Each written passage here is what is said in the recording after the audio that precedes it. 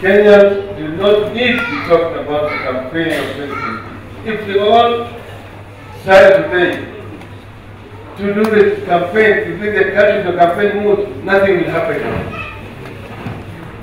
I have never said that I want to run for the presidency. I'm not saying. And I will not say.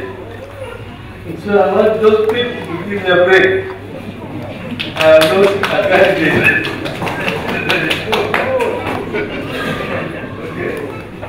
Tukifika mwaka ujao, Wakenya wote sasa wanazungumzia mambo ya kuangalia katiba yetu iko namna gani.